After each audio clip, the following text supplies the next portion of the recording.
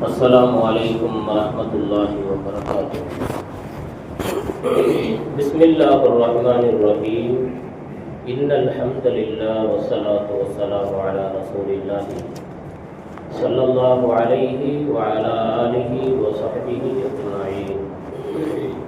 அல்லாஹ்வுடைய மாபெரும் கிருபையால் சுபஹனுடைய பரலான தொழுகையை இமாம் ஜமாத்தோடு தொழுவதற்குண்டான அந்த பெரும் நசீதினை நமக்கு தந்தமைக்கு இறைவனுக்கு புகழனை.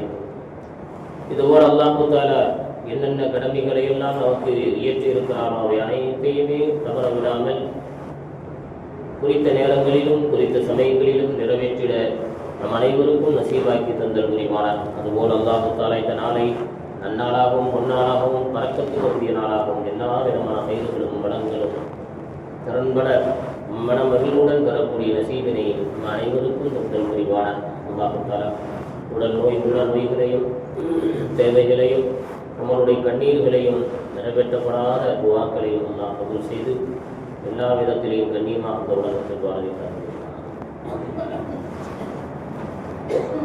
அல்லாஹு தஆலா இந்த உலகத்தில் மனிதனுக்கு பல காலங்கள் அவன் கண்ணீர் வெடித்து கிடைக்கும் பொழுது அந்த சந்தோஷம் இருக்கிறது. அந்த சந்தோஷத்தில் சொல்லப்படுகிற ஒரு வார்த்தை அதற்கு ரிஸ்க் என்று சொல்லுவார்கள். ஒரு மனிதன் நினைக்கிறான், ஆனால் நடக்கவில்லை, திடீர்னு கிடைக்குகிறது. அந்த கிடைக்கும் பொழுது அவனுடைய ரிஸ்க் ரஸாக் மாறி வழங்குதல், அவனுடைய ரிஸ்கை கொடுக்குதல். அவன் இந்த ரிஸ்க் என்பது மனிதன் பல ரூபத்தில் தவறு விடுவான். நபிகள் நாயகம் ஸல்லல்லாஹு அலைஹி வஸல்லம் அவர்கள் சொல்லி தந்த ஒரு விஷயத்தை அன்னை ஃபாத்திமா பின்த் முஹம்மதின் நபி ஸல்லல்லாஹு அலைஹி வஸல்லம் قالت. ஃபாத்திமா அம்மையார் சொல்லுகிறார்கள், மர்ரபி ரசூலுல்லாஹி ஸல்லல்லாஹு அலைஹி வஸல்லம் அவர்கள் அதிகாலை நேரத்திலே என்னை கடந்து சென்றார்கள். வஅன முல்தஜிஅத்தன் முதஸப்பிஹத்துன், நானுமோ ஒரு கணித்தவனாக அதிகாலையில் தூங்கிக் கொண்டிருக்கக்கூடிய அந்த நேரத்திலே நபிகள் நாயகம் ஸல்லல்லாஹு அலைஹி வஸல்லம் அவர்கள் என்னை கடந்து சென்றார்கள். ஃபஹர்ரகனி பிரிஜ்லிஹி, தன்னுடைய கால் விரல்களால் என்னை ஹரக்கத்து அசைத்தார்கள். சும்ம கால், நபிகள் நாயகம் ஸல்லல்லாஹு அலைஹி வஸல்லம் அசைத்துவிட்டு சொன்னார்கள், யா புனையத, என்னுடைய அருமை மகளே, கௌமி, நீ எழுந்திரி, நீ விழித்திரு, யாஷஹதி ரிஸ்க ரப்பிக், உன் ரப்புனுடைய ரிஸ்கை நீ பெறுவதற்கு நீ எழுந்திரு என்பதாக நபிகள் நாயகம் ஸல்லல்லாஹு அலைஹி வஸல்லம் சொல்லிவிட்டு சொல்லுவார்கள், வலா தகூனி மினல் காஃபிலீன், உன்னுடைய கஃலத்து பொடுபோக்குத்தனத்தால் உறக்கத்தால் நீ இந்த ரிஸ்கை இழந்து விடாதே.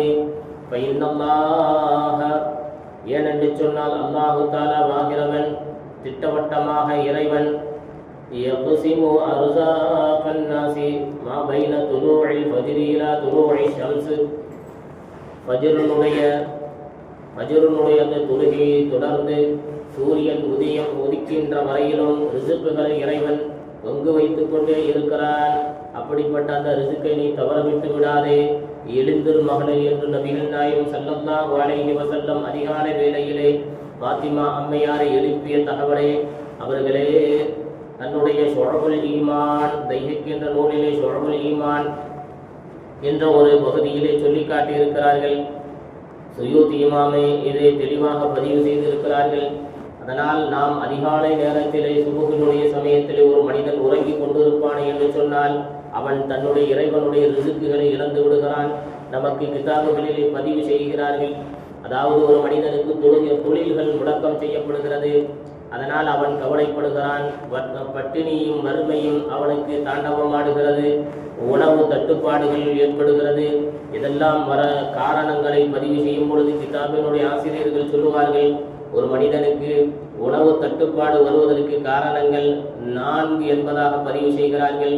ஒன்று, அதிகாலை தூக்கம். ஒரு மனிதன் நல்லா உறங்கி கொண்டிருக்கிறான், பாங்கினுடைய சப்தம் காதில் விழவில்லை, அதானுடைய சப்தம், இகாமத்தினுடைய சப்தம், அதை தாண்டி இன்றைய நவீனமாக செயல்படுத்தி கொண்டிருக்கிற வெளியிலே உள்ள மக்களை தாண்டி வெளியே உள்ள மக்களுக்கு இந்த திலாவத்துல் குர்ஆன் காதுகளில் ஒலிக்க வேண்டும். தொழுகை நடக்கிறது, அது காதுகளிலே அவங்களுடைய மனதிலே பட வேண்டும். தொழுகை என்பது நடக்கிறது என்பதை என உள்ள முக்கியத்துவத்தை தாண்டி வெளியிலே நவீனமாக உருவாக்கப்பட்டுள்ள அதை கூட அவன் அலட்சியப்படுத்தி இருப்பானேயானால் அவன் மிகவும் அல்லாஹ்வுடைய கோபத்துக்கு ஆளாகப்படும்.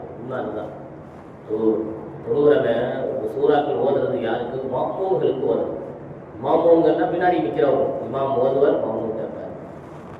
ஒரு மனிதனுக்கு அழுத்தமாக கொடுத்து அவன் அதை கண்டுகொள்ளவில்லை என்று சொன்னால் பெரிய பாவியாகி விடுவான். ஒரு மனிதனே அதான் சொல்லி எழுப்புவோம், அதை தாண்டி நண்பர்கள் எழுப்பிடுவாங்க, அதை தாண்டி அசலாத்த கையில் எழுப்பிடுவோம்.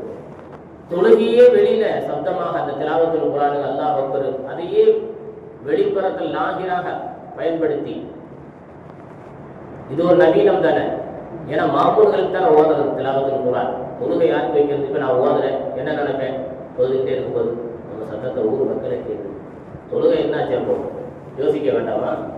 இதுக்கு பேர் தப்புவா கிடையாது. அப்போ இதை கவனத்தில் கொள்ள வேண்டும். அப்போ அழுத்தமாக இது மிகவும் தொழுகை நடந்தும் இவன் உறங்கி கொண்டு இருக்கிறான் பக்கத்தில். இந்த பெரிய பாவி, படுபாவி, அல்லாஹ் கோபம் மீண்டும் அதிகமாக சினத்தை இறைவனுக்கு ஏற்படுத்திவிடும். அப்போ அதிகாலை தூக்கங்கிறது வறுமையை இழுத்து கொண்டு வரக்கூடியது. ரெண்டாவது, மோசடி செய்தல் பதிவு செய்கிறார்கள். ஒரு மனிதனை ஏமாத்துதல், சிரிச்சு எதையாவது ஒன்று செஞ்சு மோசடி செய்தல், இது வறுமையை இழுத்து கொண்டு வரும் என்று சொல்கிறார்கள். அதே மாதிரி ஒரு மனிதன். மூன்றாவது, சோம்பல். இந்த காலையில் இந்த கடைக்கு போகிறேன், நான் வேலைக்கு போகிறேன், அந்த இப்படி கசலான் சோம்பேறி, இந்த தொழிலுக்கு போகிறேன், இந்த செஞ்சிருவானா நீங்கள் விட்டுங்க, வரல வேலைக்கு பாருங்க, நீங்கள் கண்ணை மூடி திறக்கிறதுக்குள்ள நாங்கள் எல்லாத்தையும் ரெடி பண்ணி வச்சுருப்பேன் அப்படின்னு வசீகரமாக பேசுறதுல நம்பர் 1 ஆளுங்கள்லாம் நம்ம மக்கள் இருக்கிறாங்க. அப்படித்தான் பேசுவாங்க, அழகிலாம் பேசுவாங்க. ஏன்னா அல்லாஹ்வுடைய நாட்டை இருந்தால் தான் எல்லாம் நடக்கும், நம்ம ஈமான். ஆனால் இவன் என்ன சொல்கிறது தெரியுமா? கன்செப்ட் நடக்க பாருங்க, அப்படி எல்லா நாடுனாலும் அதுவும் நடக்காமல் போயிடும். அப்போ ஈமான் எங்கே போயிடுச்சு? இவருடைய ஈமான் எப்படி இருக்குன்னு பாருங்க. நான் அகந்தையோடு அவர் பேசுவேன். அப்போ இது போல சோம்பல்வாதிகள் இவங்களு இருக்கும் வரைக்கும் என்ன செய்ய? வீட்டில் சோம்பேறிய வேலைக்கு போகாமல் வீட்டிலேயே வாசல்லையே உட்காந்துருப்பாங்க, திண்ணையிலே.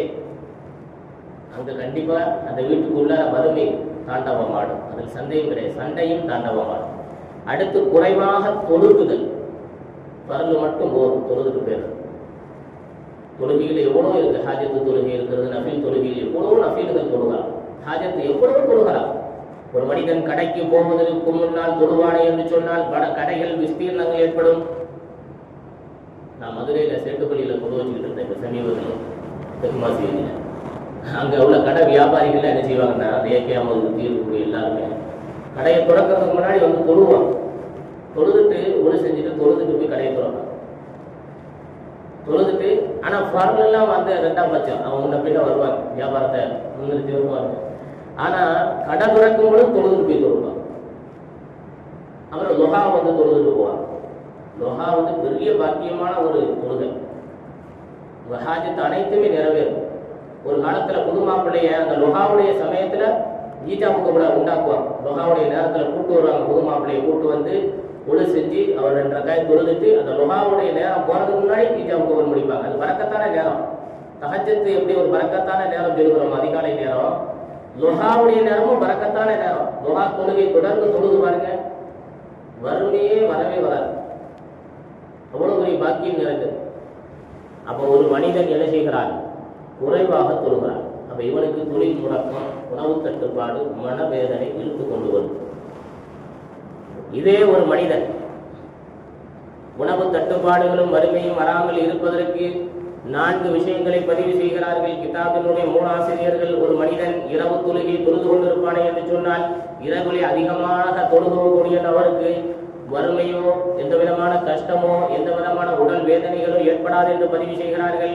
அடுத்து, சதக்கா செய்பவர்கள், சதக்கா என்பது நம் மனம் போல செய்து கொண்டே இருக்க வேண்டும். நினைத்து பக்கத்தில் உள்ளவனை உசுப்பேற்றுவதற்காக, பக்கத்தில் உள்ளவனை கடுப்பேற்றுவதற்காக சதக்காக்களை, தான தர்மங்களை செய்வது என்பது இருக்கிறதே, அது மோசமான செய்தி. பக்கத்தில் உள்ளவனை சங்கடப்படுத்துறதுக்காண்டி சதக்கா பண்ணக்கூடாது. அப்படி சதக்கா கூடக்கூடாது. தர்மங்கள் அப்படி செய்யக்கூடாது. தர்மங்கிறது நமக்கும் அல்லாஹ்வுக்கும் மத்தியில் இருக்கும். எப்படி தொழுகை நமக்கு அல்லாஹ்வுக்கு மத்தியில் என்ன ஓதணும், எப்படி நம்ம அந்த மனோநிலை, இப்போ நம்ம ஃபஜ்ர் தொழுது அந்த மனோநிலை நமக்கு மட்டும் தான் தெரியும். அது நமக்கும் அல்லாஹ்வுக்கும் அது யார்ட்டையாவது பகிர்ந்துருக்கிறோமா, நான் தக்பீர் கட்டுறேன் வீட்டில் போய் எனக்கு இன்னைக்கு சுகூர் தொழுதேன் தக்பீர் கட்டினேன் இப்படிலாம் சிந்தனை வச்சு என்னைக்காவது மனைவிட்டையோ பிள்ளைகள்டையோ பகிர்ந்துருக்குமா? பகிர்மானம் செய்யலை. ஆனால் மற்ற விஷயங்களை தெரியும், லாகிரான விஷயங்களை செய்வோம், இதை செய்ய மாட்டோம். இதே மாதிரி தான் சதக்காவும் தர்மங்களும். அதனால என்ன செய்யணும், அதை கொடுக்க வேண்டும். அதே போல அதிகாலையிலே தௌபாக்களை அதிகப்படுத்துதல், சூரிய உதயமான வரைக்கும் தௌபாக்கள் செஞ்சு கொண்டே இருக்கணும். அல்லாஹ் பாவத்தை பண்ணி, குடும்பத்தின் பாவத்தை பண்ணி, என் மனைவியின் பாவத்தை பண்ணி, என் பிள்ளைகள், என் தாய் தகப்பன் என்னை விட்டு மறைந்து விட்ட தாய் தகப்பன் பாவத்தை பண்ணி, என்னை சுற்றி இருக்கக்கூடிய சொந்த பந்தங்கள் என்னை தப்பாக நினைக்கக்கூடாது, அவங்க பாவத்தை பண்ணிச்சு அவங்க மனங்களை மாற்று. எவ்வளோ துவாக்கள் இருக்கிறது. துவாக்கள் விரைவாக முடிக்கப்பட வேண்டும் என்று சொல்லக்கூடிய சோம்பேறிகள் எவ்வளோ இருக்கிறார்கள். அப்ப துவாக்கள் கேட்க கேட்கத்தான் அல்லாஹ்வுடைய வாசல் தட்டத்தான் நமக்கு என்ன செய்வான், அனைத்தையும் தருவான். அதே போல காலை மாலை ஒரு குறிப்பிட்ட திக்ருகள், இஸ்திக்ஃபார்கள், லா இலாஹா இல்லல்லாஹ் வெளியில போர்டுலாம் வச்சிருக்காங்க. அந்த அவுராதுகள்லாம் ஓதணும். டெய்லி காலையில ஓதணும், மாலையில ஓதணும். இப்படி தொடர்ந்து ஓதிக்கொண்டு வருவோம் என்று சொன்னால் இரணம் என்பதே வராது. இரணம் என்பதே வராது. ஆக நாம் என்ன செய்ய வேண்டும், அல்லாஹ்வுடைய விஷயத்திலே நாம் கவனமாக இருக்க வேண்டும். ரிசுக்குகளை அல்லாஹ் என்ன செய்வான், வாரி வழங்குவான். திலாவத்துல் குர்ஆன்ல இன்னைக்கு ஓதன பதில் சூறால அல்லாஹ் சொல்றான், பம்மல் இன்சானு இதா மபுதலாஹு ரப்புஹு ஃபஅக்ரமஹு வநஅமா ஃபயகூலு ரப்பி அக்ரமன். ஒரு மனிதனுக்கு செல்வத்தை கொடுத்து சோதிச்சான்னு வச்சுக்கிறீங்களேன். இப்ப நமக்கெல்லாம் செல்வத்தை கொடுத்துருப்பான். செல்வத்தை கொடுத்து சோதிச்சான்னா என் இறைவன் ஃபயகூலு ரப்பி அக்ரமன், என் இறைவன் என்ன சங்கியா வச்சிருக்கிறான் அப்படின்னு சொல்லுவான். நல்ல வசதி, மருத்துவமனைக்கு போற அளவுக்கு பணத்தை கொடுத்து மருத்துவமனைக்கு போயிட்டு இருந்தாருன்னா எல்லாம் என்னை சங்கியான வச்சிருக்காங்க. அதெல்லாம் ஒரு தூரம் கிடையாது, நல்லா வச்சிருக்காங்க. பார்த்துருக்கீங்களா? அப்படி சொல்லுவோம். அதே மாதிரி அம்மா இதா மபுதலாஹு ஃபகதர அலைஹி ரிஸ்கா ஃபயகூலு ரப்பி அஹானன். அல்லாஹ் சொல்லுகிறான், உணவு வசதிகளை குறைத்து விட்டு, ஃபகதர அலைஹி ரிஸ்கா, ரிஸ்கை குறைச்சு, உணவு இல்லை, சாப்பிட்றதுக்கு வசதி இல்லை, பைசா இல்லை, இந்த மாதிரி குறைச்சு அவனை வைத்திருப்பான். சோதிச்சான்னு சொன்னான், வசதியும் இல்லை, சாப்பாட்டுக்கும் வழி இல்லை, அவனுக்கு நோயும் ஆஸ்பத்திரியுமா கொடுத்தான்னு சொன்னா அவன் சொல்லுவானா, ஃபயகூலு ரப்பி அஹானன், என்னை இறைவன் சிறுமைப்படுத்தி விட்டான், கஷ்டத்தை உண்டாக்கி விட்டான், வேதனை கொடுத்து விட்டான், இப்படி சொல்லுவான். இதுதான் மனிதனுடைய மனோநிலைக்கு உள்ள நம்மளுடைய மனோநிலை. அல்லாஹ் தஆலா நம்ம என்ன செய்யக்கூடாது, நம்ம மேல சுகூர் தொழுகாம ரிசுக்குகளை எங்கெல்லாம் அல்லாஹ் ஏற்படுத்தி இருக்கிறானோ அதையெல்லாம் நாம் இழந்து விட்டு நாம் அல்லாஹ் மேல குறைய சொல்லக்கூடாது. நம்ம என்ன செய்யறோம், கவனமின்மையால் வாழ்கிறோம். அல்லாஹ் தஆலா இந்த உலகத்தில் வாழும் காலத்திலே சுபுனுடைய தொழுகையை தவிர்த்து எல்லா தொழுகையில், சுபுனுடைய தொழுகை அதை தொழுது எல்லா தொழுகையிலையும் முறையான முறையில் நிறைவேற்றில் அல்லாஹ் அனைவருக்கும் நசீபாக்கி தந்தல் புரிவானாக. நம் மனை மக்கள் தொழக்கூடியவர்களாக ஆக்கியர்கள் புரிவானாக. நம் மஹல்லாவாசிகள் எல்லா நபர்களும் தொழக்கூடியவர்களாக ஆக்கியர்கள் புரிவானாக. உறங்கக்கூடியவர்களுக்கு தொழுகையை உணர்த்தக்கூடிய நசீபினை அல்லாஹ் ஏற்படுத்தி தந்தல் புரிவானாக. உறங்கி விழித்து அவர்களுக்கு துன்யாவை தேடக்கூடிய நபர்களுக்கு ஆகிரத்தினுடைய சிந்தனையும் அல்லாஹுடைய பயத்தையும் ஏற்படுவதற்கு நசீபாக்கி தந்தல் புரிவானாக. ஆண் மக்கள் பெண் மக்கள் இந்த துன்யாவிலே மூழ்கி இருக்கக்கூடிய